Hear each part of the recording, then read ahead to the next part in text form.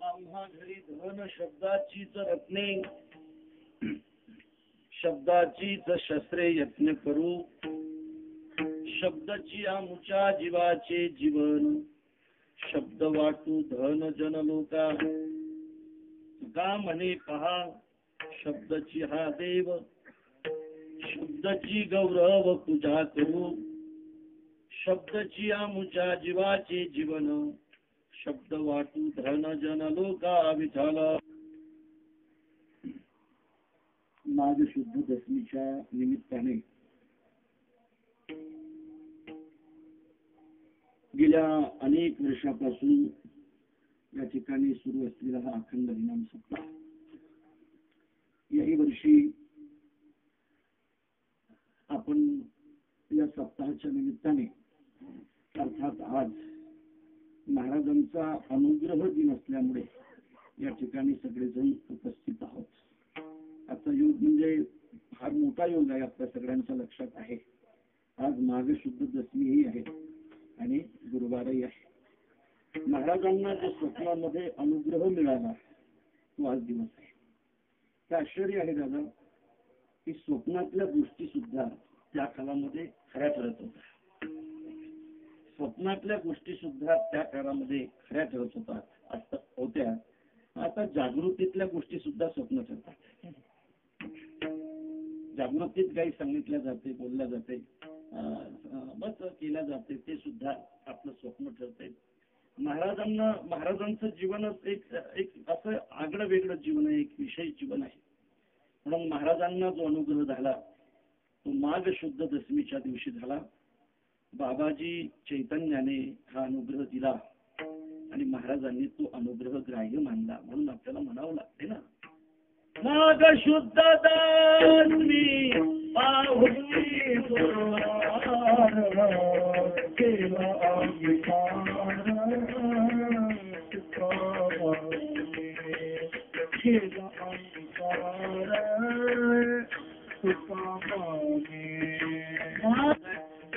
माझा अंगीकार माझ्या गुरुने माघ शुद्ध दशमीच्या दिवशी केला आणि तो अनुग्रह मला त्यांनी स्वप्नामध्ये दिला. स्वप्नामधला अनुग्रह ग्राह्य म्हणून महाराजांनी खऱ्या अर्थाने बाबाजी चैतन्य यांना आपलं गुरु मानलं. कसं असते दादा, कधी कधी गुरुच्या नावाने शिष्याचा उद्धार होतो, तर कधी कधी शिष्याच्या नावाने गुरुचा परिचय होतो. शिष्याच्या नावाने कधी कधी गुरुचा उद्धार नाही म्हणणार मी, पण गुरुचा परिचय.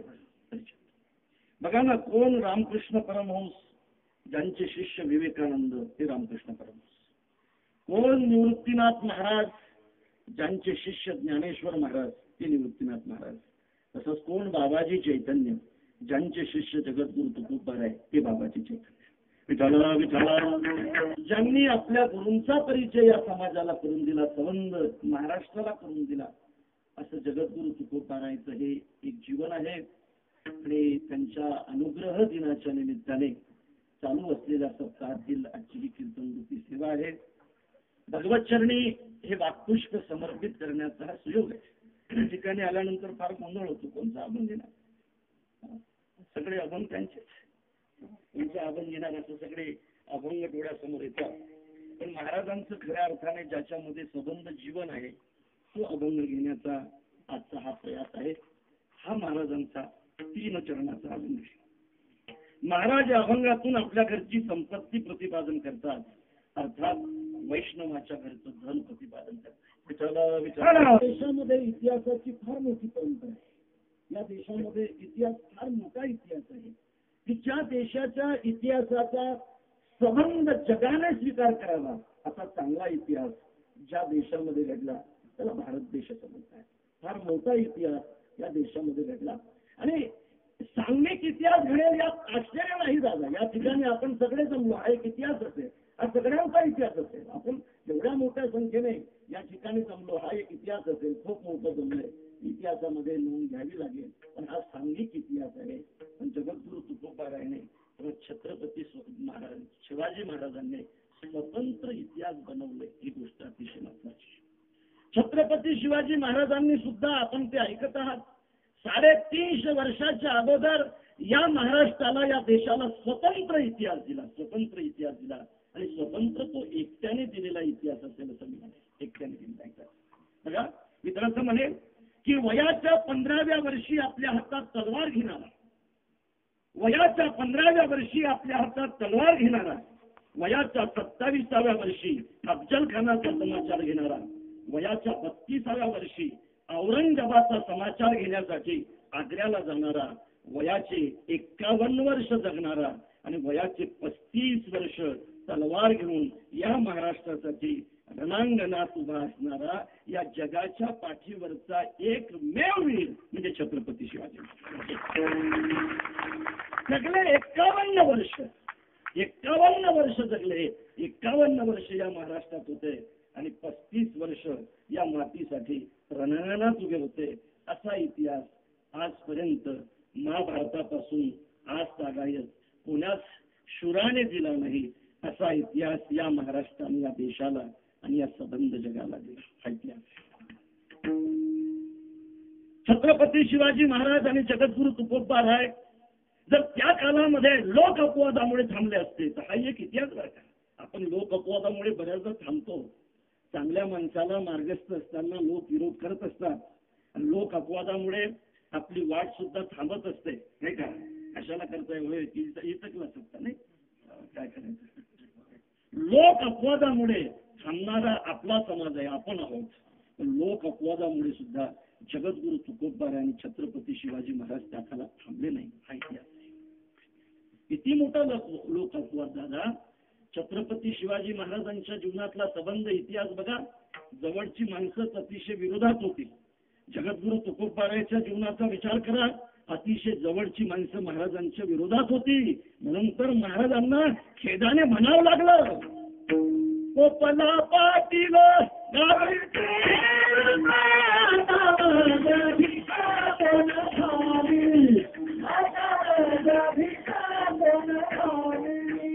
महाराजांच्या जीवनातला हा इतिहास आहे की गावाचा पाटील पोटावा. त्या काळामध्ये त्या पाटलाला खूप मोठा मान असावा आणि गावातल्या लोकांनी, गावीचे हे लोक हातामध्ये भीक कुण घाली अशा अर्थाने महाराजांनी खेदाने म्हणावं. तरी सुद्धा महाराजांनी आपली पारमार्थिक वाटचाल थांबवू नये हा फार मोठा इतिहास आहे. एक गोष्ट सांगू, एक महत्वाची गोष्ट सांगून दे की लोक अपवादामुळे चांगल्या मार्गाने चालणारी माणसं ज्या वेळेला थांबत असतात ना, लोक अपवादामुळे चांगल्या मार्गाने चालणारी माणसं ज्या वेळेला थांबत असतात ना त्यावेळेला ते एकटे थांबत नसतात, त्याच्यासोबत सगळा समाज थांबत असतो. म्हणून चांगल्या मार्गाने मार्गस्थ असणाऱ्या माणसाने लोक अपवादामुळे कधी थांबायचं नसते, लक्षात ठेवा. सांगेल लोक अपवादामुळे जर या महाराष्ट्रातले छत्रपती थांबले असते, लोक अपवादामुळे 350 वर्षाच्या अगोदर जर जगद्गुरु तुकोबाराय थांबले असते तर मला असं वाटतंय या ठिकाणी चालू असलेला सप्ताह सुद्धा चालू होण्याच्या अगोदरच थांबला असता. हे थांबले नाहीत म्हणून तर आता सत्य चालले. महाराजांच्या जीवनातला आणखी एक इतिहास असा महत्वाचा असेल दादा. मी तर असं म्हणेल की रामेश्वर भट्टाचं जरी ते दुर्भाग्य असलं तरी जगद्गुरु तुकोबारायचं मात्र त्या काळातलं ते भाग्य होतं की रामेश्वर भट्टासारखा एक दशग्रंथी महाराजांचा विरोध करत होता. विरोधक समृद्ध असले पाहिजे, विरोधक मोठे असले पाहिजे, माणसाचं नाव मोठं होत असले का. ज्याला गावामध्ये दिवसभर फिरला तरी तंबाखूला कुणी चुना देत नाही त्याच्याशी काय विरोध करायचा. विरोध सुद्धा अशाचे असला पाहिजे की ज्या विरोधकांनी आपलं नाव मोठं केलं पाहिजे. रावण कुठं गेला असता माहीत पडलं नसतं दादा, पण रामप्रभूशी विरोध असल्यामुळे रावणाचं नाव झालं, लक्षात ठेवा. रामप्रभूशी जर त्यांनी विरोध केला नसता तर एखाद्या वेळेला रावणाचं नाव आता राहिलं नसतं. रावण आजही आपल्याला सांगावं लागतो. रामकथा सांगत असताना रावण सांगावाच लागतो, त्याशिवाय रामकथा पूर्ण होतच नाही. ज्याचं नाव घेतल्याशिवाय रामकथा पूर्ण होत नाही त्याचं नाव रामकथेतही राहतं. याचं कारण तो विरोध रामप्रभूशी करते म्हणून रामेश्वर भट्टासारखा एक दशग्रंथी पंडित त्या काळातला महाराजांचा विरोध करण्यासाठी विटावा हे त्या काळातील महाराजांचं भाग्य होतं, लक्षात ठेवा. विरोधक भेटला पाहिजे आणि तो विरोधकच खऱ्या अर्थाने माणसाचा परिचय करून देत असतो. महाराजांच्या जीवनातला हा एक इतिहास आहे, स्वतंत्र इतिहास असे की महाराज विरोधकाचं सुद्धा कौतुक करतात. असो खडईसे फार आम्हा तयाचे उपकार करती पातकाची धुनी मोल न घेता साबणी. मोल घेत नाही, साबण घेत नाही आणि आमचे निंदा करून आपले पाप रूपी कपडे धुवून दिल्याशिवाय राहत नाहीत. म्हणून प्रीती आदर करा साचा महाराज म्हणताय. तो जर आपल्या घरी आला तर त्याचा आदर करा, त्याच्यामुळेच माणसाचं नाव मोठं होत असते. म्हणून महाराजांना रामेश्वर भट्टासारखा विरोधक भेटावा आणि विरोध करावा, खूप विरोध करावा. दादा कस लावावा, आणि मला असं वाटते कस लोखंडाला नसतो, सोन्याला कोणीही कस लावत असते. लोखंडाला काय कस लावायचे, लोखंड नाही. सोन्याला कस असतो, त्याला तापवल्या जातं, त्याला ठोकल्या जातं, त्याला बस घासल्या जातं आणि नंतर ठरवल्या जातं की हे 100 नंबर. जगद्गुरु तुकोबारायच्या जीवनाला जो कस लागला ते सोनं असल्यामुळे लागला. आणि रामेश्वर भट्टासारखा दशग्रंथी पंडित त्या ठिकाणी तो कस लावत होता. विचाराचा कस लावला, महाराज विचाराच्या कसाला उतरले. विचाराचा कस लावला, महाराज विचाराच्या कसाला उतरले. महाराजांच्या वया रामेश्वर भट्टाच्या सांगण्यावरूनच या डोहामध्ये बुडवल्या होत्या. महाराज त्या कसाला उतरले. महाराजांच्या वया त्या डोहाने तारल्या. सांगू का तारले, मला तर असं वाटतंय महाराजांनी आपल्या कर्जाच्या वया त्या डोहामध्ये बुडवल्या होत्या म्हणून ह्या वया तारल्या. डोह म्हणतो की ज्या मला घ्यायच्या होत्या त्या मी घेतल्या आणि ज्या तारायच्या होत्या त्या मला ताराव्याच लागतील. आणि ह्या फक्त वया महाराजांच्या वया नाहीत, हा समाज तारणाऱ्या वया असल्यामुळे मला त्या ताराव्या लागतील म्हणून महाराजांच्या वया तरल्या. हा विचाराचा कस होता. एवढी मोठी संपत्ती, शब्द संपत्ती महाराजांची बुडवण्याचा प्रयत्न केल्यानंतरही महाराज त्यांना काही दोष लावत नाही, उपोषण करतात. हा महाराजांच्या जीवनातला विचाराचा कस आहे. विचाराचा कस लावून रामेश्वर भट्ट थांबले नाहीत. रामेश्वर भट्टाने त्यांच्या जीवनातला आचाराचा कस सुद्धा लावला. आणि आचाराचा कस लावत असताना मला असं वाटतं हाच तो डोंगर असेल की या डोंगरावर महाराज एकांतात भजन करत असताना त्या ठिकाणी यांच्या सांगण्यावरूनच एक बिचारी भगिनी आली होती आणि ती आल्यानंतर महाराजांना म्हणत होते आणि महाराज आचार्याच्या कसाला सुद्धा उतरले. दैव तुम्हाते करी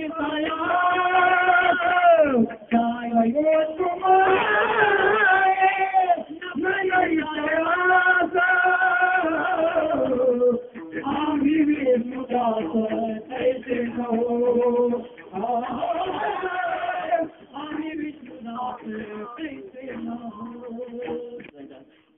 महाराजांच्या जीवनातला एक इतिहास आहे. आचाराचा कस लावण्याचा प्रयत्न ज्यावेळेला झाला त्यावेळेला महाराज त्या कसाला उतरले. ऐका, संकल्पित वेळामध्ये आपण थांबणार आहोत, म्हणून माझी या ठिकाणी बसलेल्या समाजाला अशी विनंती असेल, मधून उठण्याचा कोणी प्रयत्न करू नका, कोणी करणार नाही. मधून उठल्यानंतर तुम्हाला फार महाराजांनी त्या मातीला वंदन केलं जाईल. आचाराचा कस कोण लावतं? रामेश्वर भट्ट लावतोय. रामेश्वर भट्टाने असे अनेक कस लावले आणि अनेक कसाला महाराज उतरले खऱ्या अर्थाने. आणि अनेक कसाला उतरल्यानंतर रामेश्वर भट्टाने जो शेवटचा कस लावला तो अभेदाचा होता. किंवा हा महात्मा आहे. आपण वह्या बुडवल्या त्या करल्या, आपण आचाराचा कस लावला त्या कसाला सुद्धा हा महात्मा उतरला. आपल्या प्रपंचाची होळी झाली तरी सुद्धा या महात्म्याने कधी परतून नाही पाहिलं त्याच्याकडे. जाडवणी संसार संसार सगळा जडला. अवघ्या वयाच्या 17व्या वर्षी प्रपंचाची अशी दुर्धान झाली. पहिलं लग्न वयाच्या 13व्या वर्षी झालं, विठाई नाव होतं. दमाचा आजार असल्यामुळे दुसरं लग्न वयाच्या 15व्या वर्षी झालं, जिजाऊ नाव होतं. आणि फार मोठ्या घराण्यातली गुडवे घराणा नाही, गुडवे घराण्यातली फार मोठ्या श्रीमंताची लेख त्यांना देण्यात आली वयाच्या 15व्या वर्षी. आणि गुडवे घराण्यातली श्रीमंताची लेख महाराजांना दिल्या जाते. याचा अर्थ महाराज त्या काळातले फार मोठे श्रीमंत होते. आपल्या इतके भिकारी नव्हते, लक्षात ठेवा. आपल्या इतके भिकारी आपण त्या मानाने खूप भिकारी आहोत. खूप भिकारी आहोत म्हणून तर अजूनही मागतो ना दुसऱ्याला. विठाला विठाला 13व्या वर्षी प्रपंचाचा बोजा बोलोबा काकाने महाराजांच्याकडे दिला. महाराजांनी इतका चांगला प्रपंच केला दादा की कोणी म्हणायलाच नाही पाहिजे की याला प्रपंच येत नव्हता म्हणून याने परमार्थ सुरू केलाय. म्हणून महाराजांनी असा चांगला प्रपंच केला की वयाच्या 13व्या वर्षी महाराजांना 1,00,000 रुपयाची शाहूकारकी त्या ठिकाणी प्रदान केली होती. त्या शाहूकारकीचं महाराजांनी अवघ्या 4 वर्षांमध्ये चौपट केली. महाराज 15व्या वर्षी त्या ठिकाणी 15व्या वर्षी 4,00,000 रुपयाची शाहूकारकी 350 वर्षाच्या अगोदर करत होते. मला असं वाटतंय आपलं 50 वर्षाच्या अगोदरचा काल बघा, त्या कालामध्ये जो पैशाला किंमत होती त्यापेक्षा आता काय आहे आणि ते 350 वर्षाच्या अगोदर किती असेल. 350 वर्षाच्या अगोदर महाराज त्या ठिकाणी 4,00,000 रुपयाची शाहूकारकी करत होते वयाच्या 15व्या वर्षी. म्हणूनच मी म्हटलं की 350 वर्षाच्या अगोदरचे 4,00,000 म्हणजे आता किती असतील काही सांगता येत नाही. लक्षात ठेवा, इतके असतील ना की जितके आपल्या पुढाऱ्याचे स्विस बँकेत नसतील त्याच्यापेक्षा जास्त असेल. नक्की जास्त. 4,00,000 रुपयाची शाहूकारकी जो 72 वयाच्या 15व्या वर्षी करत होता त्याने जीवनामध्ये काय कमावलं असतं, काहीही कमावलं असतं तरी सुद्धा महाराजांची पहिली बायको वयाच्या 17व्या वर्षी अन्न करता मेली. स्त्री एक अन्न करता मेली. महाराजांची बायको मेली. महाराजांच्या घरातले अवघ्या 2 वर्षामध्ये 5 माणसं मेले. 5. विठाला विठाला. हे सगळं असताना सुद्धा हा बाबा प्रपंच सोडून बाहेर पडतो आणि अशा पद्धतीने परमार्थ करतो. वेदाचा अर्थ सहज मराठी भाषेमध्ये लिहितो. हा महात्मा असेल कोण, हा बाबा असेल कोण. म्हणून रामेश्वर भट्टाने महाराजांना शेवटचा कस जो लावला तो अतिशय महत्वाचा होता की जो अभेदाचा कस होता. अभेदाचा कस ज्यावेळेला लावला ती सांगेल की एका पारड्यामध्ये महाराजांना बसवलं, दुसऱ्या पारड्यामध्ये ब्रह्मदेवाला बसवलं तरी सुद्धा महाराजांचं पारड जड होतं. याचं कारण आम्ही विष्णुदास तैसे नवभे होत. ब्रह्मा कन्येशी धरू पायी पाराशिरे केले काय, दिवा भोगिली दुर्गंधा आम्ही विष्णुदास तैसे नवो. म्हणून महाराजांचं पारड जड होतं. इंद्राला बसवलं तरी सुद्धा महाराजांचं पारड जड होतं. त्याचंही कारण आम्ही विष्णुदास तैसे नवो. इंद्रा पडली भागी, आम्ही विष्णुदास तैसे नवो. शेवटी देवाला बसवलं आणि एका बाजूने महाराजांना बसवलं आणि असं ज्यावेळेला मापलं ना त्यावेळेला मात्र तो काटा समान आला आणि दोन्ही पार्टी सारखे आले. त्यावेळेला रामेश्वर तुकिता तुलने ब्रह्म तुकाची आले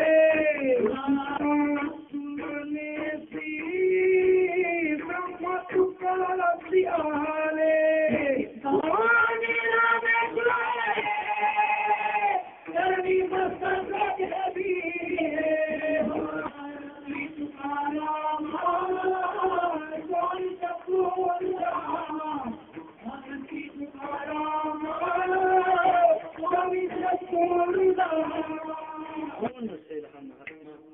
शेवटचा कस लावल्यानंतर कळालं रामेश्वर भट्टाला हा वेगळा कोणी नाही, हा बाबा तुकिता तुलनेसी ब्रह्म तुकाचे आले. म्हणून रामेश्वरी चरणी मस्तक ठेविले.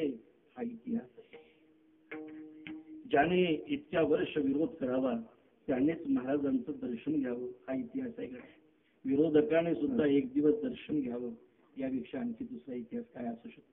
मी तर नेहमी असं म्हणेल, एखाद्या गावामध्ये पाहुणे जावे आणि त्या पाहुण्याने विचारावं, रामभाऊ शामराव पाटलाच्या मुलाला मुलगी द्यायची बघा, तुम्ही म्हणत असाल तर दिली, नाही तर देणार नाही. त्यावेळेला रामभाऊने सांगावं, शामरावजी खरं सांगू तुम्हाला, ज्याच्या मुलाला मुलगी देण्यासाठी तुम्ही आलात त्या माणसाचं आणि माझं 25 वर्षापासून पटत नाही. कोर्टामध्ये आमचं भांडण चालू आहे. लक्षात ठेवा, तुम्ही जर त्याच्या मुलाला मुलगी देत असाल ना तर खुशाल द्या, माणूस खूप चांगला आहे. असं कोण म्हणते? 25 वर्षापासून जो बोलत नाही तो म्हणतो. हा खरा माणसाचा परिचय, हा खरा परिचय. आणि तो महाराजांनी आपल्या जीवनामध्ये दिला आणि महाराजांनी असाही एक इतिहास घडवला. अनेक महाराजांच्या जीवनातले इतिहास आपल्याला सांगता येतील. सज्जनानो, इतिहास जन्माचा घडत नसतो, इतिहास मरणाचा घडत नसतो, इतिहास जगण्याचा घडत असतो. फक्त जगण्याचा नाही तर चांगलं जगण्याचा घडत असतो. जी माणसं आपल्या जीवनामध्ये चांगले जगत असतील ते कमी जगले तरी चालतील, पण या देशाला ते इतिहास दिल्याशिवाय राहत नसतात. बघा ना तुम्ही, ज्ञानेश्वर महाराज समाधीस्थ होतात अवघ्या 22व्या वर्षी. शंकराचार्य इह लोकाची यात्रा थांबवतात अवघ्या 31व्या वर्षी. विवेकानंद या जगाच्या पाठीवर या देशाचं नाव वाढवतात अवघ्या 41व्या वर्षी. आणि जगद्गुरु तुकोबा राय सुद्धा स्वदेह वैकुंठाला जातात अवघ्या 41व्या वर्षी. याचा अर्थ असा आहे, इतिहास बनवण्यासाठी खूप काही आयुष्य पाहिजे असं नाही, थोडक्यामध्ये सुद्धा असेल जिज्ञासा आपला इतिहास बनू शकतो. म्हणून इतिहास जन्माचा बनत नाही दादा, इतिहास मरणाचा बनत नाही. अरे ज्याचा जन्म असेल त्याचं मरण तर निश्चित आहे ना. ज्याचं तेही हो मृत्यू ध्वम जन्म मृत उपजेते नाते नाते पुनरपी दिसे हे घटिका यंत्र दिसे परिभ्रमिका. ज्याचा जन्म असेल त्याचं मरण तर निश्चित आहे. म्हणून इतिहास जन्माचाही नाही, इतिहास मरणाचाही नाही. इतिहास जगण्याचा घडत असतो, तो फक्त जगण्याचा नाही, चांगलं जगण्याचा घडतो. श्रीमंतीने एखादा माणूस आपला इतिहास घडवण्याचा प्रयत्न करेल समाजामध्ये, तो श्रीमंत असेल, भरपूर पैसा असेल, सज्जनानो इतिहास घडवण्यासाठी लोक पैशाचा वापर करत असतात आणि इतिहास घडवण्यासाठी साधू मंडळी जीवनामध्ये त्यागाचा उपयोग करतात, त्यागाचा वापर करतात. आणखी मी असं म्हणेल की श्रीमंताच्या जीवनामध्ये जसा पैसा महत्वाचा असतो ना, पैसा हे त्यांची श्रीमंती असते ना, तशीच साधूच्या जीवनामध्ये त्याची शब्द सुद्धा फार मोठी श्रीमंती असते. शब्द श्रीमंत. आणि मला असं वाटतंय, माणूस जरी श्रीमंत नसला तरी माणसाचे शब्द श्रीमंत असले पाहिजे. आता माणसं खूप श्रीमंत आहेत पण त्याचे खोटेच बोलतात.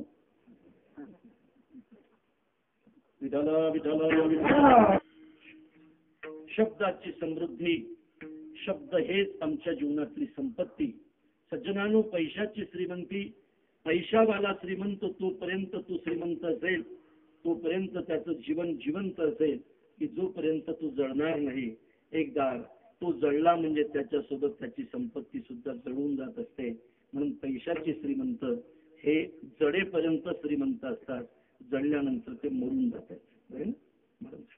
पैशाची श्रीमंती हे एक वेगळी श्रीमंती आहे आणि शब्दाची श्रीमंती ही वेगळी श्रीमंती आहे. जी श्रीमंती टिकत असेल ती श्रीमंती ना दादा. जी श्रीमंती जाते, एकतर त्या श्रीमंतीला सोडून आपल्याला तरी जावं लागतं, नाहीतर ती श्रीमंती तरी आपल्याला सोडून जाते. अशी जी श्रीमंती असेल ती खरी श्रीमंती नाही. महाराज म्हणतायत, आमच्या घरी हे श्रीमंती नसली, आमच्या घरी हे धन नसलं, आमच्या घरी हा पैसा नसला तरी आमची श्रीमंती फार मोठी आहे. कशाने श्रीमंत आहात महाराज तुम्ही? शब्दाने श्रीमंत आहोत. माणसाच्या काही काही शब्दाला फार किंमत असते हो. बघा ना, बघा तुम्ही, माझ्या बंधू आणि भगिनींनो, कोणाचे शब्द आहेत? स्वामी विवेकानंदाचे. अजून आठवतात काय शब्द आहेत तिथं वापरले, एका मिनिटात वापरले हे शब्द, पण अजूनही कोणाचे आहेत हे आपल्याला समजतात. आता तर आपण नेहमीच बंधू आणि भगिनींना म्हणत असतो. स्टेज बदललं की आपली बंधू आणि भगिनी सुद्धा बदलतात नाही का. विद्यार्थ्याच्या समोर जर असेल तर माझ्या विद्यार्थी बंधू आणि भगिनींनो, नाही का. शेतकऱ्याच्या समोर जर असेल तर माझ्या शेतकरी बंधू आणि भगिनींनो. आणि आता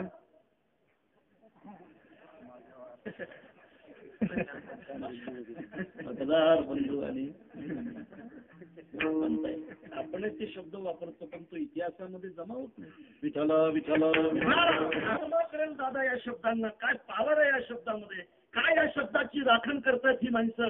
शेतकऱ्याला माझी बंधू आणि भगिनींनो म्हणतायत आणि शेतकऱ्याच्या भाषा आपल्या डोळ्याने पाहतात. काय शब्दाला महत्व नाही, शब्दाला काय महत्व. शब्दाला त्यावेळेला महत्व आहे की बोले पैसा चाले त्याची बंदावई पाहुले. दुर्भाग्य आहे दादा, समाजाच्या शब्दाला महत्व नसेल. आज मला असं वाटतंय आमच्या शब्दाला सुद्धा महत्व नाही. त्याचं कारण तो अपराध समाजाचा नाही, तो शब्द वापरण्याचा. आमच्या शब्दाला तरी कुठं महत्व राहिलं? हो ऐकतंय, घेऊन जा कीर्तनातून काहीतरी घेऊन जा, काहीतरी घेऊन जा. लोक दुसऱ्याच्या चपला घेऊन जातात, ते शब्द घेऊन जातात. शब्द इतके स्मरणात आहेत की आपण त्या शब्दाला आजही विसरायला तयार नाही. जय जवान. कुणाचे शब्द आपल्याला समजले? तुम मुझे खून देव मैं तुम्हें आजादी दूंगा. कोणाचे शब्द आहेत आपल्याला समजले? आजही ती शब्द या ठिकाणी तेवत आहेत. याचा अर्थ शब्द आणि चालणं सारखं आहे म्हणून शब्द जिवंत आहेत. म्हणून शब्द जिवंत आहेत. म्हणून एखाद्या वेळेला माणूस पैशाने गरीब असला तरी चालेल गड्या, तर शब्दाने श्रीमंत असला पाहिजे. माणसं लगेच शब्द फिरवतात, लगेच शब्द फिरवतात. एक भूत प्रसन्न झालं म्हणजे एका माणसाला, आणि प्रसन्न झाल्यानंतर त्याने म्हटलं की आता मला काम सांग नाही तर खाऊन टाकी. त्याने म्हटलं बा आमचं गाव साफ करून दे. लगेच साफ करून आलं. दुसऱ्या मिनिटाला हजर, काम सांग नाही तर खाऊन टाकी. म्हटलं आमचा तालुका साफ करून ये. सगळा तालुका साफ करून दिला, सगळा कचरा उचलून काम सांग नाही तर खाऊन टाकेल. म्हटलं जिल्हा साफ करून ये. काम सांग नाही तर खाऊन टाकेल. म्हणजे आलो जिल्हा साफ करून.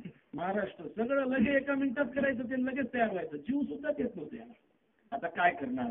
म्हणून एका माणसाने त्याला सांगितलं की जा म्हणा असं म्हण की समाजात नित्य खरा बोलणारा माणूस पाहू नये. आणि नंतर परत तिथे आलंच नाही. ते जो गेलं ना ते अजून आलं नाही, कारण खरा बोलणारा त्याला सापडला. हो, तुमची पैशाची श्रीमंती, तुम्ही जोपर्यंत जिवंत असाल तोपर्यंत श्रीमंत आहात का.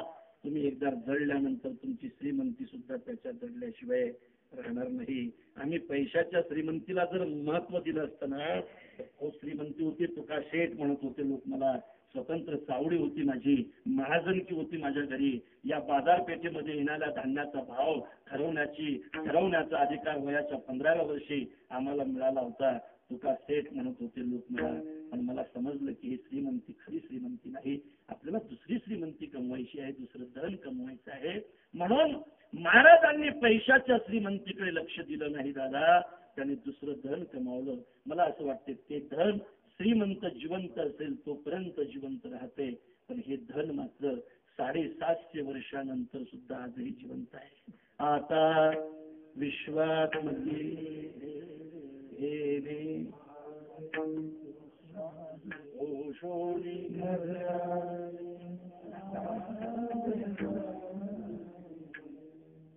साडेसातशे वर्षानंतर सुद्धा आजही धन जिवंत आहे.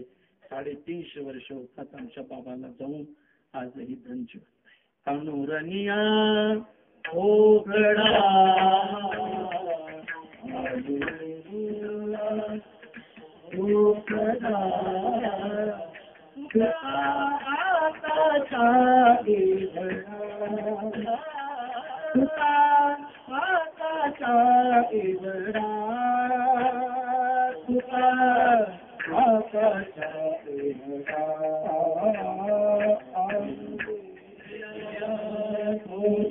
प्रयत्न होतो माणसाकडून धन कमावण्याचा. आता काही प्रयत्नाने जे धन कमावले जाते त्याबद्दलचा विचार नाथबाबा सांगतात. मी आपल्या पुढे मांडतो.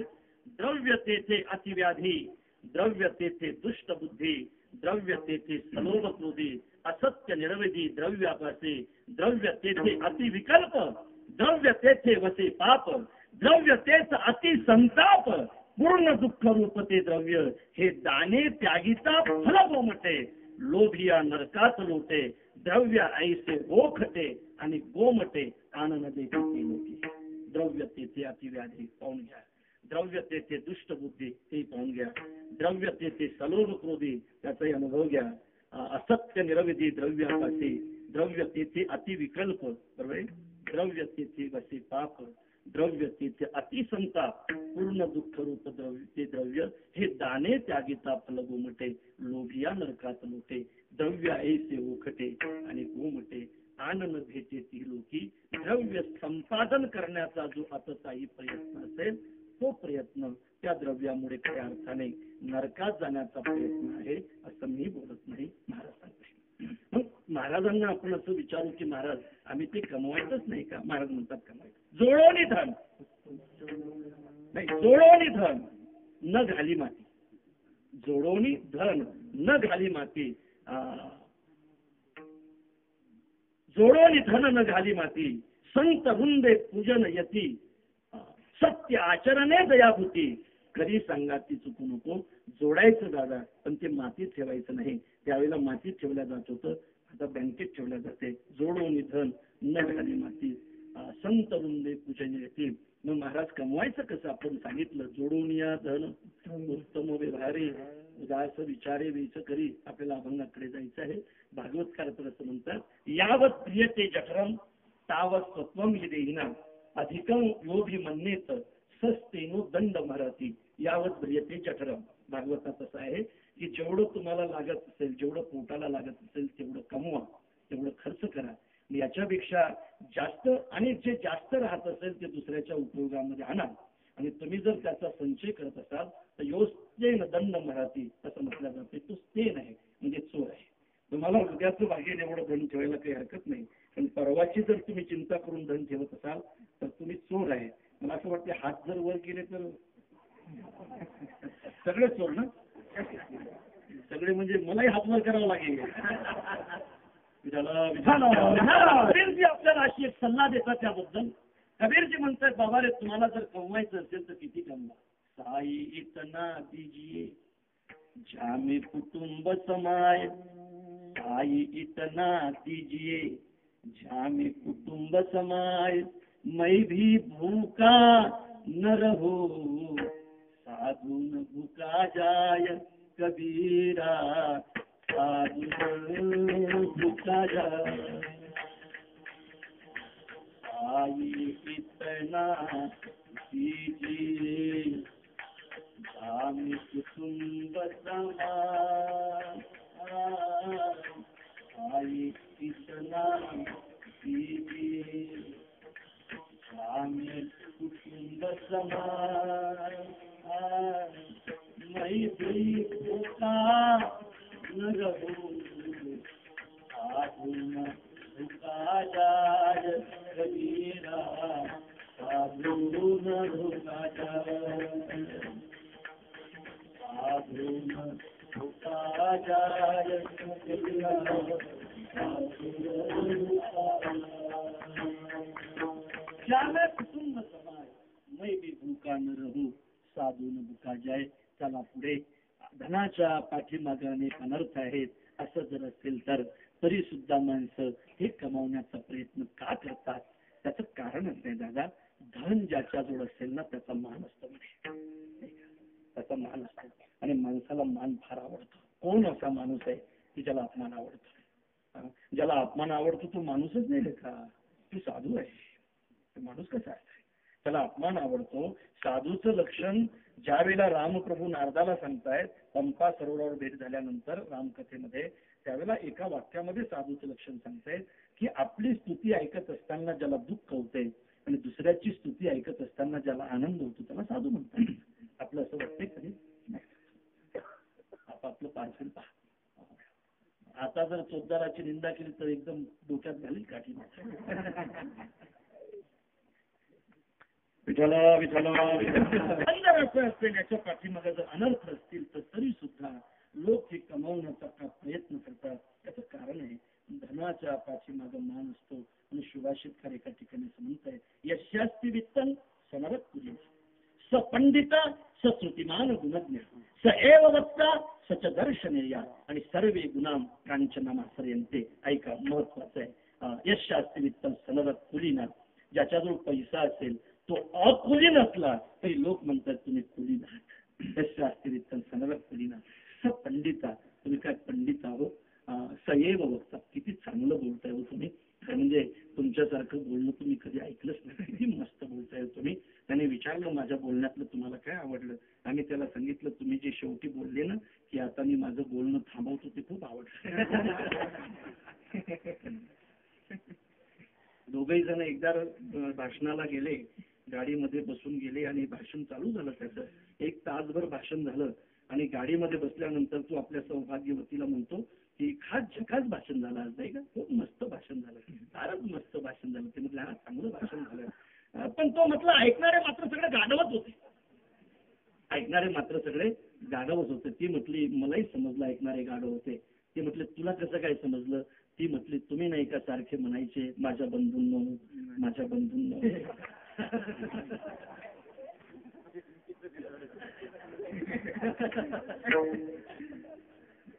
माझ्या बंधूंनो म्हणायचं.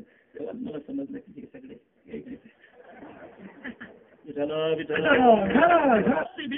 सनरत कुलीना सपंडिता ससुतिमान गुणज्ञा सएव वक्ता. काय सुंदर बोलताय हो तुम्ही. नवीनच सरपंच झाले होते दृष्टांतातले बरं इथं आलेलं नाही. नवीनच झाले होते सरपंच. जिल्हा परिषदच्या शाळेमध्ये त्यांना आमंत्रण आलं.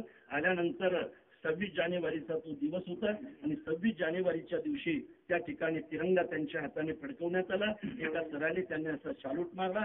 क्रांतीवीराच्या फोटोची पूजाही त्यांच्या हाताने झाली. त्यांनी खुर्ची त्या ठिकाणी बसायला दिली आणि त्या ठिकाणी सरांनी सांगितलं प्रास्ताविक आटोपल्यानंतर की आता आपल्या गावातले सरपंच साहेब 26 जानेवारी या सणाबद्दल, या दिवसाबद्दल आपल्याला बोलणार आहेत.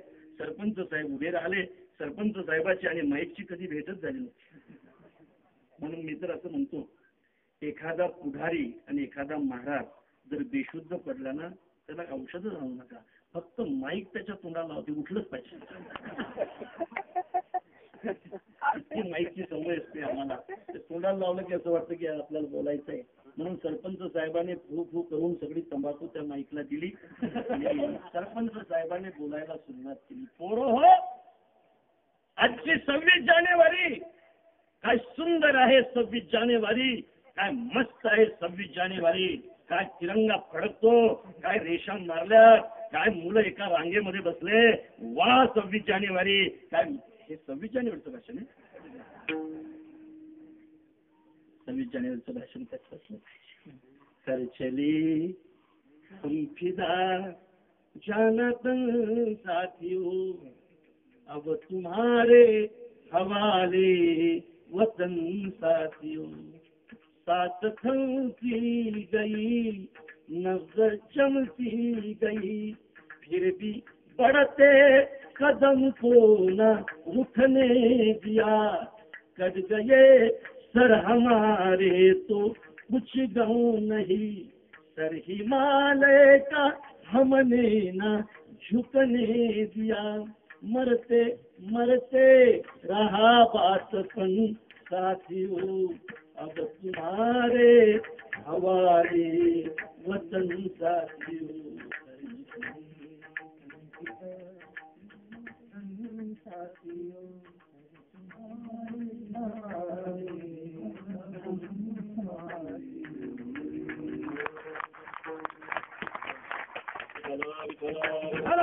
मला असं एखादं म्हटल्याशिवाय माझं कीर्तन झाल्यासारखंच वाटत नाही. बोललं पाहिजे. मला असं वाटतंय महाराजांनी सुद्धा बोललंय, पीडित आहे राष्ट्र देखुनी, असं बोलले महाराज. महाराजांना सुद्धा या देशाबद्दल फार कडकड होते. म्हणून तर छत्रपतीच्या हातची तलवार त्यांनी खाली नाही ठेवली. अर्थात म्हणूनच दादा, ज्या मातीच्या आधाराने आम्ही कीर्तन करत असतो त्या मातीबद्दल सुद्धा कुठं कुठं बोललो. दिल दिया है जान भी देंगे, हे वतन हमने तो भाई आपके लिए दिल दिया है, लेकिन ऐसा अवसर जब आएगा ना तो आपके लिए जान भी देंगे. 26 जानेवारीचं भाषण होतं. तिरंगा फडकत होता आणि सरपंच साहेब पौरवाची 26 जानेवारी काय मस्त 26 जानेवारी काय सुंदर 26 जानेवारी काय जानेवारी बरोबर. आजची 26 जानेवारी याचं कारण लेखा कालची 25 जानेवारी होती. एवढं बोलून मी माझं भाषण संपवत असताना या सगळ्या शिक्षकांना सांगू इच्छितो की ही इतकी चांगली 26 जानेवारी तुम्ही प्रत्येक वर्षाला का साजरी करताय. ही 26 जानेवारी प्रत्येक आठवड्याला आपल्या शाळेत साजरी करतात. सदैव बघता हे बोलायचं. एखादा माणूस जर पैशावाला असला तर तो काही बोलणं तरी लोक ऐकतात. शिव्या दिल्या तरी ऐकतात नाही का. आता शिव्या सत्रच चालू आहे मला वाटतं. असंच दर्शने या सर्वे गुणांग कांचन आश्रयंते. पैशाच्या आश्रयाने सगळे गुण राहतात आणि त्याच आश्रयाने मान राहतो. म्हणूनच लोक धनाची इच्छा करतात. महाराजांचं प्रमाण आहे बघा. धनवंताला बी सर्वमान्यता आहे जगी, सर्वमान्यता आहे जगी, सर्वमान्यता आहे जगी. धनस्थस्य मित्रांनी यशार्थास्तस्य बांधवा, यशार्थास्त इमाम लोके, यशार्थास्त पंडिता. त्या ठिकाणी लखनजी रामप्रभूला म्हणतायत, भरताला पाहिल्यानंतर सज्जनानो ज्या ठिकाणी धन असेल त्या ठिकाणी मान राहतो. आणि महाराजांचं सुद्धा असं म्हणणं आहे की बाबा रे, माझ्याजवळ ज्यावेळेला पैसा होता ना त्यावेळेला माझ्याजवळ खूप मान होता. कारण सभा हे पैसों के भाई दिल का साथी नहीं अपने पल्लव में जब तक पैसा लोग सलाम करे अपना पैसा निकल गया तो कोई न मीठा बोले पैसों के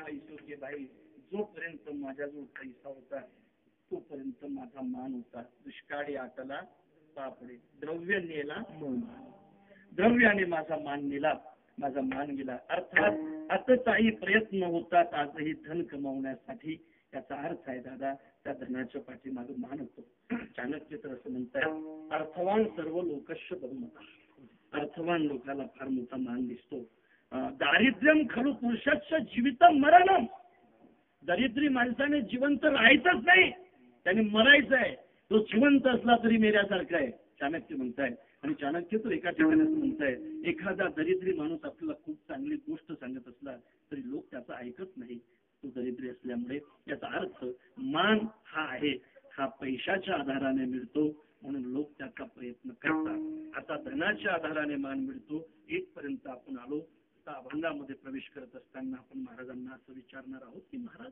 तुमचा तर मान आहे ना हो ऐका तुमचा मान किती आहे राजा आणखी किती मान असावा प्रयाण काली देवी विमान पाठविले कलीच्या काळा माझी अद्भुत वर्तविले मानव देह घेऊन निजधामा गेली निळामणे सकळ संता घोषविले जय जय आजी सद्गुरु स्वामी जीवन आणखी बरं तुम्ही आम्ही एखादा कीर्तनकाराचा जर मान असेल तर त्याने बोलावली तिथं गाडी जाते इथं गाडी घेऊन या आम्ही येतो आम्हाला इथं कोणी खाली आणत नाही आपल्याला तर एखाद्या वेळेला मोटरसायकलवर कोणी बसून घेत नाही आपला मान तेवढा आहे आपला मान तेवढा आहे महाराज तुमचा किती मान आहे हो आम्हाला एखादी गाडी सुद्धा घ्यायला येत नाही महाराज विठ्ठला विठ्ठला विठ्ठला आम्ही गाडी बोलावली तरी आम्हाला घ्यायला येत नाही एकदा तर मी गाडीवर बसत होतो तो माणूस किक मारत होता आणि ती बंद पडत होती किती राम राम करत होता लोकांना ते थकलं शेवटी लोटत लोटत गाडी आणली मग तिथून चालू केली राम राम म्हटलं की गाडी बंद ही आमची अवस्था आहे आणि महाराज तुम्हाला देवाने विमान पाठवलं त्याच्यापेक्षा आणखी काय मान देवाजवळ तुमचा मान असू द्या हो देवाजवळ मान लेखा साधूजवळ कुणी कोणाचाही मान साधू करत नाही तर नक्की करत नाही नक्की करत नाही महाराज म्हणतात करशी तरी देवा खरी माझी सुखे तरी मी त्याची मुखे न म्हणे तू मला बरं म्हणशील तर बरं म्हण माझं चांगलं करशील तर चांगलं कर पण एखादा फार मोठा कथाकार असेल आणि तू जर म्हणत असेल की याला साधू म्हण मी नाही म्हणणार मी कथाकार म्हणे मी कीर्तनकार म्हणे मी गुणवान म्हणेल मी एवढं म्हणेल पण मी असं नाही म्हणणार की साधू होण्यासाठी यांनी काय केलं कथा केली म्हणजे काय मी नाही म्हणणार खरंच तरी देवा खरी माझी सुखे माझं वाईट कर किंवा चांगलं कर खरं सांगू का कळ या जगाच्या पाठीवर असा महात्मा झालाच नाही काय काय महाराजांचं गाथा वार्ता म्हणजे आपल्याला महाराजांचं जीवन कळेल संकल्पित पुढ्यामध्ये थांबायचं आहे म्हणून जातोय पुढे बघा खऱ्या अर्थाने महाराज म्हणतात की मी कोणालाही साधू म्हणणार नाही मी कोणालाही संत म्हणणार नाही पण महाराजांना साधू कोण म्हणते दादा महाराजांना साधू आपण म्हणतो म्हणून महाराज साधू आहेत असं नाही आपण तर कोणालाही म्हणतो ना तेच महाराजांना म्हणतो आपण साधू म्हणतो म्हणून महाराज साधू नाही तर ज्ञानेश्वर महाराज महाराजांना साधू म्हणतायत म्हणून महाराज साधू आहे ज्या वेळेला एक धरणीकरी माऊलींकडे जातो आणि माऊली त्याला स्वप्नामध्ये येऊन सांगतात लेका माझ्याकडे कशाला आला तो सर्वश्रेष्ठ आहे तो का सर्वश्रेष्ठ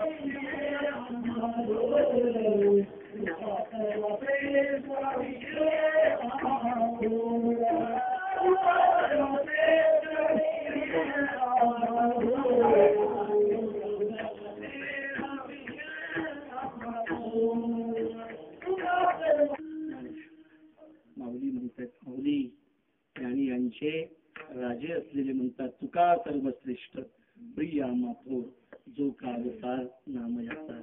सर्वश्रेष्ठ आहे लेखा तुका आणि सर्वश्रेष्ठ आहे म्हणून तर कळस आहे ना. कळस सगळ्यापेक्षा मोठा असतो ना, उंच असतो ना लेखा. कळस बनणं का कोणाच्याही भाग्यात असते का? कळस सगळं मंदिर झाल्यानंतर होतो आणि सगळं मंदिर झाल्यानंतर जर कळस नसेल तर ते मंदिर अपूर्ण असतं. झाली या कामा नाही चोरी ते कळसे होय उजरी. झालेलं काम पूर्ण कशावरून? कळस बसलाय म्हणून. देवळाचे कामा कळस, देवळाचे कामा कळसू. कळस बसल्यानंतर मंदिर पूर्ण झालं असं समजल्या जाते दादा. तसं वारकरी संप्रदायाचं मंदिर पूर्ण आहे रे. त्याला पायाही आहे, त्याला खांबही आहे, त्याचा विस्तारही आहे आणि त्याला कळसही आहे. हे म्हणेल जगद्गुरु तुकोबारायाचा जर जन्म एखाद्या वेळेला झाला नसता तर हे वारकरी संप्रदायाचं मंदिर बिना कळसाच असतं. कळस देण्याचं भाग्य अर्थात या मंदिराला कळस देण्याचं भाग्य महाराजांना प्राप्त झालं. मी असं म्हणतो की असं एखादं 100 फूट उंच मंदिर असू द्या, 100 फूट उंच मंदिर असू द्या आणि मी तुम्हाला 1,00,000 रुपये देतो. तुम्ही 24 तास फक्त त्याच्याकडे असं पाहता. खाली पाहायचं नाही, अजिबात खाली पाहायचं नाही, असं पाहायचं. 100 फूट मंदिराचा कळस तुम्ही 24 तास सारखा पाहायला जाईल नाही पाहायला जाणार. मला हे सांगायचं आहे, अरे कळस पाहणं जर कठीण असेल तर कळस होणं किती कठीण आहे. कळस पाहणं जर इतकं कठीण आहे तर कळस होणं किती कठीण असेल दादा. की जे महाराज झाले, महाराज या मंदिराचा कळस झाले. एवढा मोठा मान महाराज कळस झाले. एवढा मोठा मान महाराज तुमच्याजवळ आहे. तुमच्याजवळ एवढा मोठा मान आहे. हे ज्ञानेश्वर महाराज तुमचं कौतुक करतायत, तुम्हाला साधू म्हणतायत, हा मान आहे. भगवान तुमच्या घरी येत आहेत, तुम्हाला घेऊन जात आहेत, हा मान आहे. एक विरोधक सुद्धा तुमची स्तुती करतो, हा तुमचा मान आहे. आणि पैशाशिवाय जर मान येत नसेल, दुष्काळी हाताला द्रव्य नेला मान. पैशाशिवाय जर मान वाढत नसेल, धनाशिवाय जर मान होत नसेल तर तुमचा तर आम्हाला मान दिसतो. मग धनाशिवाय जर मान होतच नाही तर तुमच्याकडे असं कोणचं धन आहे की ज्याच्यामुळे तुमचा एवढा मान आहे? सांगतायत महाराज.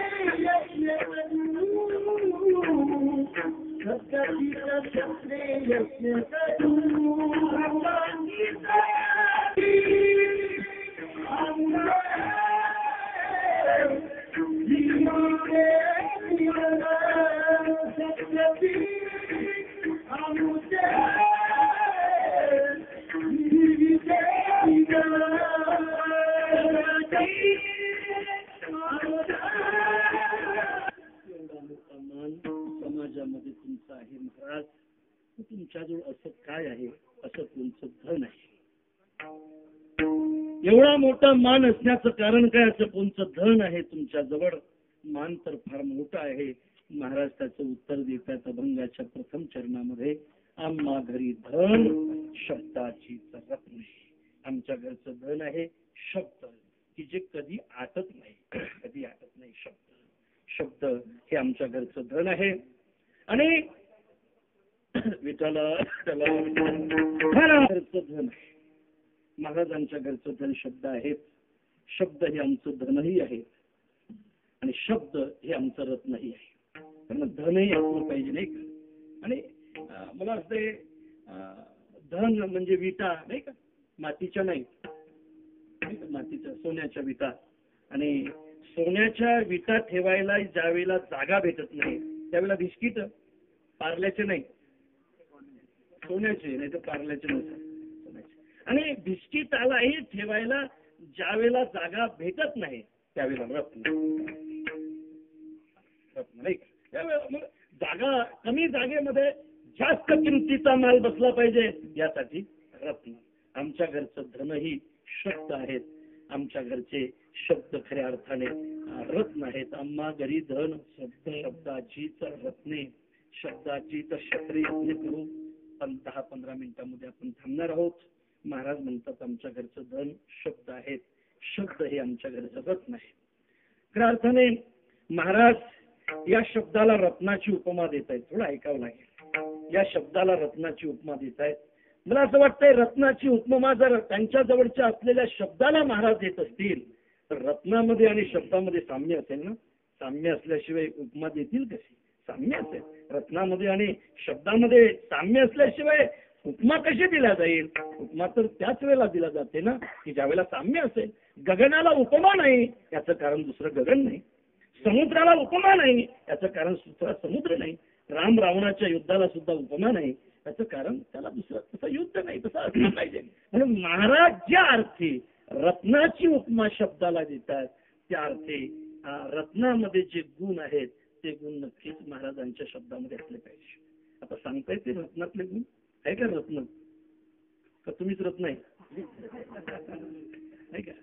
वडील म्हणत असतात तिथून जर लेझिम खेळत आलं ना तर आम्हाला सांगतात की आमचं रत्न आहे महाराज. अर्थात रत्नाचे असे कोणते शब्दामध्ये रत्नाचे असे कोणते गुण आहेत की महाराज त्या शब्दाला रत्नाची उपमा देत आहेत. फार सुंदर आहे दादा. रत्नामध्ये काही गुण आहेत. मला असं वाटतंय रत्न प्रकाश्य आहे आणि प्रकाशक आहे. रत्न काय आहे? प्रकाश्य आहे आणि प्रकाशक आहे. रत्न हे स्वतःलाही दाखवतंय आणि रत्न दुसऱ्यालाही दाखवतंय. एखाद्या वेळेला आपण दुसऱ्याला दाखवण्याचा प्रयास करत असलो तरी आपण स्वतःला दाखवू शकत नाही. याचं कारण आपलं जीवन दाखवण्यासारखं नाही. म्हणून तर महाराजांची गाथा पाहिली पाहिजे. याचा अर्थ असा आहे की महाराजांची गाथा दर्पण आहे. दर्पण काय करतो? दर्पण दाखवण्याचं काम करतो. दर्पणामध्ये 2 गुण फार महत्वाचे आहेत. दर्पण जसं आहे तसं दाखवतो. म्हणूनच बऱ्याचदा माणसाला त्या दर्पणाचा रागही येतो. पांढरे झाले कधी त्या दर्पणाचा राग येतो. त्या दर्पण दाखवतो, जसं आहे तसं दाखवतो. आणि मला असं वाटतं दर्पण पाहायला पाहिजे. मी तर अशी विनंती करेन की जगद्गुरु तुकोबराव यांचे 5 अभंग तरी रोज या ठिकाणी आलेल्या माणसांनी वाचली पाहिजे. लक्षात ठेवा, 5 अभंग तरी महाराजांची वाचले पाहिजेत. मी असं म्हणेल की ते अभंग तुमचा चेहरा तुम्हाला दाखवल्याशिवाय राहणार नाही. लक्षात ठेवा, नक्की दाखवते. आपण प्रतिज्ञा घेऊनच निघायचंय. महाराजांचे 5 अभंग रोज वाचायचे. अर्थ कळत नसेल अर्थाची गाथा घेऊन त्याचा अर्थ पाहून ते वाचायचे आहेत. ते आपल्याला आपला चेहरा दाखवल्याशिवाय राहत नाही. काय होते दादा? आपण नेहमी दुसऱ्याला पाहतो ना. म्हणून दुसऱ्याच्या डोळ्यातले आपल्याला मुसळ दिसतात. आपण कधी आपल्याला पाहत नाही. आपल्या डोळ्यातलं आपल्याला मुसळ दिसत नाही. आपल्याही डोळ्यातलं मुसळ आपल्याला दिसावं त्यासाठी आरसा पाहायला पाहिजे. तो आरसा म्हणजे जगद्गुरु तुकोबारायाची गाथा आरसा असेल. तुम्हाला शेती करायची आहे ना, पहा आरशामध्ये. निवडावे तण शेती करावे जतन. आरशामध्ये तुमच्या घरामध्ये मळ पडलं असेल आणि पेरणीचे दिवस असतील ना, आरशामध्ये तो आरसा सांगेल काय मळे झाकून या करावी पेरणी. मळ झाकून सुद्धा पेरणी करावी. असे अनेक उदाहरणं अनेक प्रमाण मी आपल्या पुढे मांडेल की जे महाराजांनी आपल्याला सांगितले. म्हणून महाराजांची गाथा दर्पण आहे. महाराजांचे शब्द रत्न आहेत. खऱ्या अर्थाने रत्न काय असतो? रत्न स्वतःही दाखवतो आणि दुसऱ्यालाही दाखवण्याचं काम करतो. तसं महाराजांचे शब्द सुद्धा स्वतःला दाखवतात. ऐकताय आपण अतिशय प्रेमाने म्हणून सांगेल. महाराजांना तुम्ही विचारा. महाराज स्वतःला दाखवत असताना असं म्हणतात, गड्या मी जरी तुम्हाला असा दिसत असलो ना, मी जरी तुम्हाला असा एकदम प्रापंचिक दिसत असलो, मला 2 बायका असल्या, माझा प्रपंच माझ्या पाठीमागे असला, तो फाटका असला, माझी सौभाग्य होती, माझ्याशी सारखी भांडत असली, मी जरी तुम्हाला असा दिसत असलो ना गड्या, तरी मी कसा आहे हे जर तुम्हाला विचारायचं असेल तर तुम्ही दुसऱ्याला कुणाला विचारल्यापेक्षा पुसना ते पुसा पांडुरंग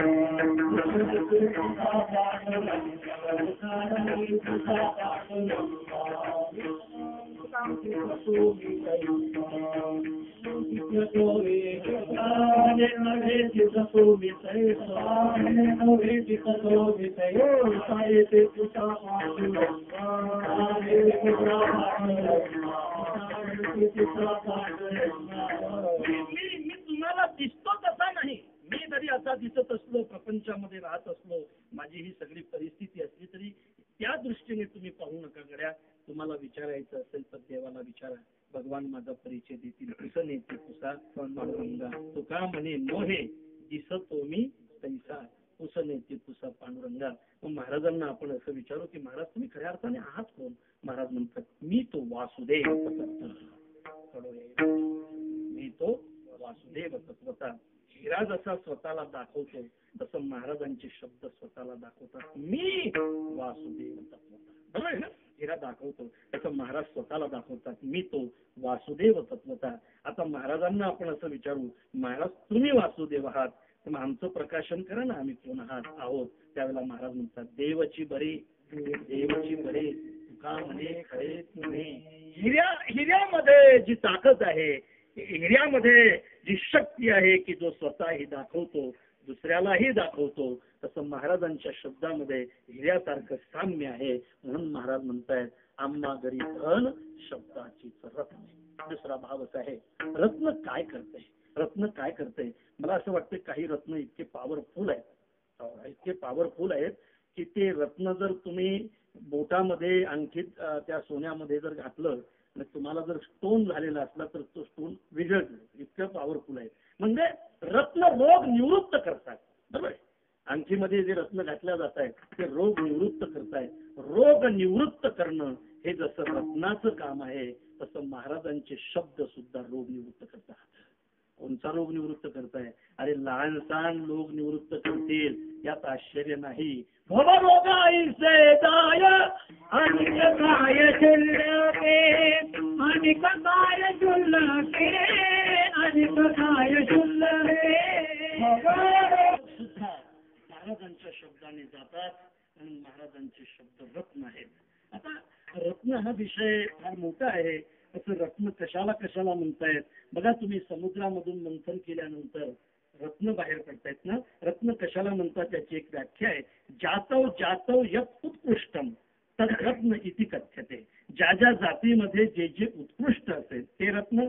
दुसरी अशी व्याख्या आहे की ज्याला ज्याची गरज असेल त्यावेळेला त्याचं ते रत्न. नदीमध्ये तुम्ही गेलात तुम्हाला जर पोहणं असेल तर ते पोहणं तुमचं रत्न आहे. तुम्ही जर रोगी असाल तुम्हाला जर योग्य औषध मिळालं असेल तर त्यावेळेस तुमचं ते रत्न आहे. ज्या ज्या वेळेला जी जी गरज असेल त्या त्यावेळेला ते मिळणं म्हणजे ते रत्न आहे. आणि दुसरा अर्थ असा की रत्न म्हणजे काय? 14 रत्न बाहेर पडतात बघा तुम्ही. त्याच्यामध्ये चंद्र आहे, त्याच्यामध्ये लक्ष्मी आहे, त्याच्यामध्ये कामधेनू आहे आणि त्याच्यामध्ये ऐरावत रत्न थोर ऐरावत सुद्धा आहे. म्हणून त्या ठिकाणी याला हे रत्न म्हटल्या जाते. दुसरा एक अर्थ असा आहे की आत्म्याला सुद्धा रत्न म्हटल्या जाते की येणे गीता येणे नामे विख्यात सर्व वाङ्मयाचे मथित आत्मा जेथ हस्तगत होय रत्न. आत्म्याला रत्न म्हटल्या जाते. एका ठिकाणी देवाला सुद्धा रत्न म्हटल्या जाते. अवघी हे पंढरी सुखाची मांदूस माझा स्वयं प्रकाश रत्न हरी. ही पंढरी म्हणजे हे मांदूस आहे म्हणजे पेटी आहे आणि त्या पेटीमध्ये राहणारा माझा हरी म्हणजे रत्न आहे. म्हणजे देवाला सुद्धा रत्न म्हटल्या जाते. बघा साधूला सुद्धा रत्न म्हटल्या जाते. वरी संत हिरे म्हणजे रत्न पाय देते. साधूला सुद्धा रत्न म्हटल्या जाते. रामाला सुद्धा रत्न म्हटल्या जाते. पायोजी महिने राम रतन धन रत्न म्हटल्या जाते. आणि या ठिकाणी महाराज आपल्या जवळ असलेल्या शब्दाला रत्न म्हणतायत. आम्हा घरी धन शब्दाचीच रत्ने. सज्जनांनो आम्हा जो शब्द आहे आम्हा म्हणजे नेमकं काय? आम्हा या अर्थाचे अनेक महाराजांचे अभंग आहेत. आम्ही वैकुंठवासी एक अभंग आहे. एका ठिकाणी महाराज असे म्हणतायत आम्ही नामाचे धारक. आम्ही नामाचे धारक हा अर्थ आम्ही म्हणण्यामध्ये या ठिकाणी अभिप्रेत असेल. आम्ही नामाचे धारक आहोत याचं कारण आम्ही शब्दाचे धारक आहोत. आम्ही नामचिंतनाचे धारक आहोत. सांगेल मी आपल्याला, ग्राहक वेगळं, जापक वेगळा आणि धारक वेगळा. ग्राहक कशाला म्हणताय? आपण त्याला पैसे द्यावे आणि त्याने आपल्याला वस्तू द्यावी, याला ग्राहक म्हणताय. कीर्तनकाराने म्हणावं, म्हणा विठोबा रखुमाई, मग त्याने म्हणावं, याला ग्राहक म्हणतात. ग्राहक हे ग्राहक आहे. हे आपण म्हटल्यानंतर त्याने चिंतन करावं, हे ग्राहक आहे. आम्ही नामाचे ग्राहक नाही, आम्ही नाम जापक नाही. सकाळी एक माळ घेतली पाहिजे, संध्याकाळी एक माळ घेतली पाहिजे. सकाळी काकडा, संध्याकाळी हरिपाठ, हरिपाठ काकडा आणि सगळा दिवस मोकळा नाही. सकाळी केलं पाहिजे, संध्याकाळी केलं पाहिजे. हा नाम जापक आहे, हा नाम जापक आहे. एक नाम ग्राहक, एक नाम जापक. महाराज म्हणतात आम्ही नाम ग्राहकही नाही, आम्ही जापकही नाही, आम्ही नामाचे धारक आणि धारक आहोत. ज्याने हे नाम धारण केलेलं आहे आणि ते नाम खऱ्या अर्थाने महाराज म्हणतायत ते रत्न आहे. विठ्ठला विठ्ठला. महाराजांना आपण असं विचारू, महाराज तुमच्या घरी धन आहे, तुमच्या घरी रत्न आहे, आणि धन आणि रत्न ज्या ठिकाणी असेल त्या ठिकाणी हे पाहिजे ना, रक्षणही पाहिजे ना. ठीक आहे, पारे आणि तिजोऱ्या त्यातून होती चोऱ्या, आम्हाच नाही दोऱ्या या झोपडीत माझ्या. म्हणून तर म्हटल्या जाते ना, सोनेवाले. इथं कोणी आहे का? परत सोनेवाले. सोनेवाले, सोना नहीं, सोना तो हर आदमी का सोना हर लेता है, इसलिए सोनेवाले सोना नाही. ज्याच्या घरात सोनं जास्त असेल त्याने झोपायचं नाही, जागी राहायचं. नाही तर कधी जाईल काही सांगता येत. अर्थात महाराज तुमच्या घरी एवढे रत्न आहे, तुमच्या घरी हे धन आहे आणि तुम्ही याचं रक्षण करत असाल, आणि रक्षण करण्यासाठी शस्त्र सुद्धा महत्वाचे आहेत ना. पण या शब्दरूपी धनाचं रक्षण तुम्ही कोण्या शस्त्राने करता? महाराज सांगतायत, शब्दाचीच शस्त्र यज्ञ करू,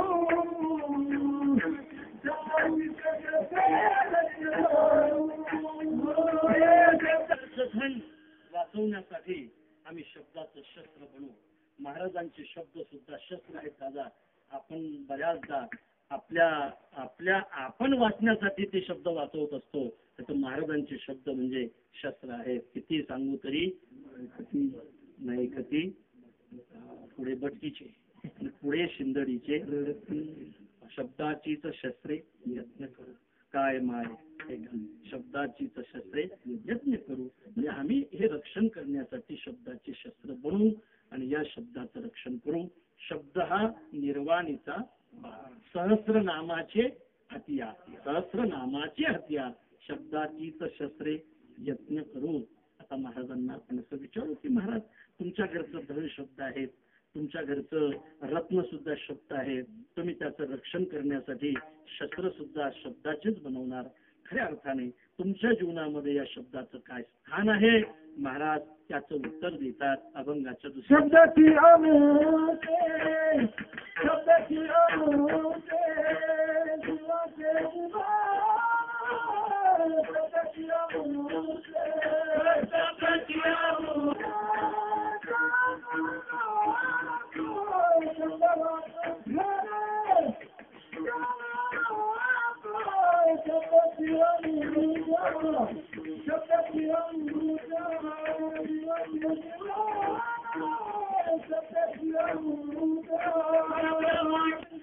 आपल्या जीवनामध्ये त्या शब्दाचं काय स्थान आहे? महाराज म्हणतात स्थानच सांगायचं असलं तर ते माझ्या जीवाचं जीवन आहे. थांबणारा आपण थोड्या वेळामध्ये जीवाचं जीवन आहे. जीवाचं जीवन आहे म्हणजे याचा अर्थ असा आहे की ते असल्याशिवाय मी जगू शकत नाही. मी आपल्याला असं विचारतो, माशाला पाण्याच्या बाहेर काढल्यानंतर तो किती तास जिवंत असतो? त्याचं उत्तर आहे तो जिवंत राहतच नाही. पाणी हे त्याचं जीवन आहे, लक्षात ठेवा. पाणी हे त्याचं जीवन आहे. मी सांगेल बगडाही आहे नाही का, अनेक आहे बघा. बगडाही आहे पण त्याचं ध्यान चांगलं असलं तरी मन चांगलं नाही. बगडा पाण्याचा बघा. कुत्राही आहे, कुत्र्याचं रक्षण चांगलं असलं तरी त्याचं भक्षण चांगलं नाही. बघा तुम्ही गोचिडही आहे, गोचिड्याची संगत चांगली असली तरी त्याची पंगत चांगली नाही. बघा तुम्ही कावडाही आहे, कावड्याची दृष्टी चांगली असली तर त्याची नजर चांगली नाही. विठाला विठाला. यापेक्षा वेगळा आहे मासा. हा वेगळा आहे मासा. काही जलचर आहेत, काही उभयचर आहेत, काही खेचर आहेत, तर काही फक्त जलचर आहेत. ते जलचर ज्यामध्ये आहे त्यामध्ये मासा आहे. मगर तरी एखाद्या वेळेला बाहेर येईल पण मासा मात्र पाण्यात सोडून कधीही बाहेर येत नाही. सज्जनानो, एका सुशिक्षित माणसाने आपल्या घरी शोकेश पाहत असताना डोकं लावलं. सुशिक्षित माणसं कुठं डोकं लावतील की सांगता येत नाही, पैसा असतो बिचाऱ्याजवळ. त्यांनी डोकं लावलं. शोकेश मध्ये काही फळं ठेवले होते, काही सीताफळं होते, शेणाचे बनवले होते. आतुशेन माऊली वर्णन करतात. आणि त्यांनी डोकं लावलं की हे मासे आपण 10, 15, 20 हजाराचे विकत आणले आणि हे मासे आपण फुकटच्या पाण्यात ठेवतो. आपण सुशिक्षित आहोत, आपण काहीतरी डोक्याचा वापर केला पाहिजे ना. लोक ठेवतील पाण्यात, पण आपल्याला पाण्यात ठेवायचे नाही. आपल्याजवळ भरपूर पैसा आहे, आपल्याला तुपात ठेवायचे. सुशिक्षित माणसं कुठं डोकं लावतील काही सांगता येत नाही. दोघांचा रेल्वे प्रवास सुरू झाला आणि एक अशिक्षित माणूस, एक सुशिक्षित माणूस दोघेही बसले. बसल्यानंतर रेल्वेमध्ये तो सुशिक्षित माणूस विचारतो, गाव कुठं चालले बाबा? मुंबईला चाललो साहेब. कोण असते मुंबईला? 2 मुलं असतात साहेब. तिथं राहतात, पुलाखाली राहतायत, काय करतात? रिक्षा चालवतायत. जरा अशिक्षित दिसता म्हटलं, हा साहेब अशिक्षित आहे. जरा खेड्यातले दिसता, हा साहेब खेड्यातला जायचं आहे. जरा शेतकरी वाटतंय, हा साहेब शेतकरी जायचं आहे. ज्याच्या डोक्यावरचं लोणी तुम्ही खाऊन श्रीमंत झालात ना, तेच आम्ही आहोत. आम्ही शेतकरी आहोत साहेब.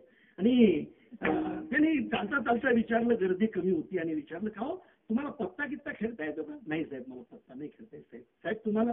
हा, मला खेळता येतो. कोण शिकवला साहेब तुम्हाला पत्ता? माझ्या बापाने शिकवला. नालायक होता साहेब तुमचा बाप, तुम्हाला हरिपाठ शिकवलं असतं त्यांना. बरं जाऊ द्या पत्ता, थोडक्यात सांगेल.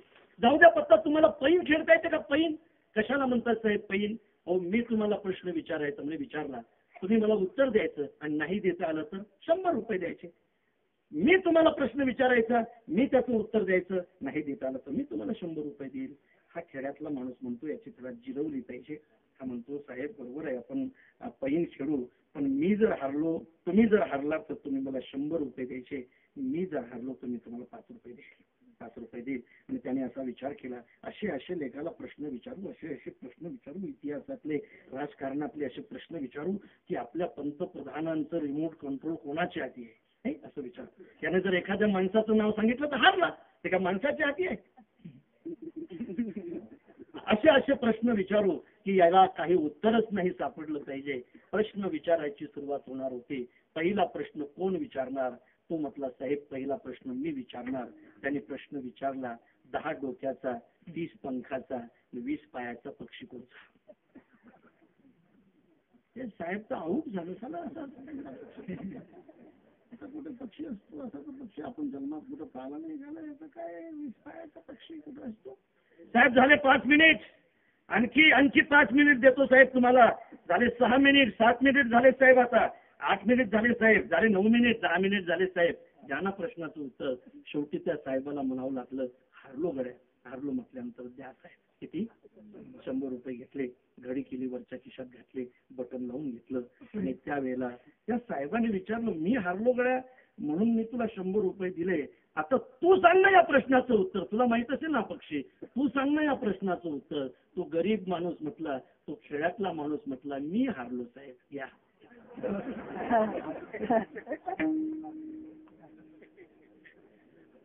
सुशिक्षित, जास्त शाळा शिकलेले, अर्थात याने डोकं लावलं की पाण्यामध्ये नाही ठेवणार मी, हे तुपामध्ये ठेवील. माऊली म्हणतात, गड्या ते तुपामध्ये ठेवू नको. पाण्यापेक्षा तूप जरी मौल्यवान असलं तरी मासा पाण्याच्या ठिकाणी इतका अनन्य आहे की तू तुपात कधी राहणार नाही. पाणी हुनी बहुवी तुपी गुणकी आहे.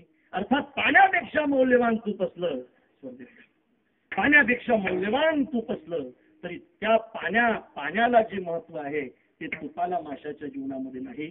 म्हणून माशाचं जीवन जसं पाणी आहे तसं महाराज म्हणतात, शब्द सुद्धा आमचं जीवन आहे. शब्दाची आमच्या जीवाची जीवन. महाराज तुम्ही एकटे त्याचा उपभोग घेणार का हो? महाराज म्हणतात, नाही, आम्ही वाटू सुद्धा. शब्द वाटू धन जनलोका कर जोडून विनवितो तुम्हा तुम्ही वासुदेव. शब्द वाटू धन जनलोका विठ्ठल विठ्ठल. महाराजांना आता शेवटचा प्रश्न विचारून आपण या ठिकाणी थांबणार आहोत. महाराज, तुमच्या घरचं धन शब्द आहे, तुमच्या घरचं रत्न शब्द आहे.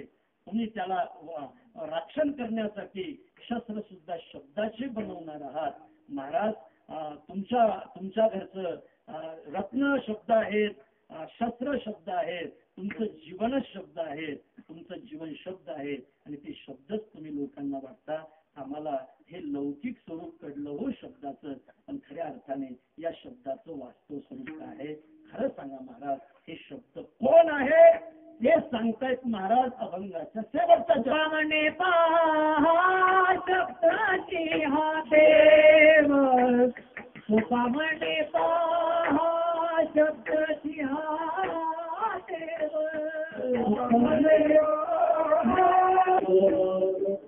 महाराज शेवटच्या चरणामध्ये म्हणतात तुकामणे पहा शब्दाची हा देव. ही शब्दाची गौरव पूजा करतो. या ठिकाणी जाणकार श्रोते आहेत म्हणून सांगेल महाराज शब्दाने कशी पूजा करतात. सासयाने पूजा करू केशी राजा.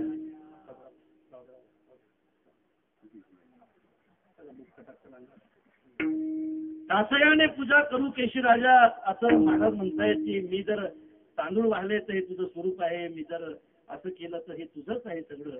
म्हणून शेवटी महाराज म्हणतात तुका म्हणे मग अवघे तुझे नाम आणि धूप दीप रामकृष्ण हरे. आणखी एका ठिकाणी असं म्हटलं जाते नाम गाऊ नाम द्याऊ नाम विठोबाला वाहू. नामा म्हणे लाखवली सदा आणि अनंत नामे वाहू गोविंदा. तुका म्हणे पहा शब्दाची हा देव शब्दाची गौरव पूजा करू ज्ञानेश्वर.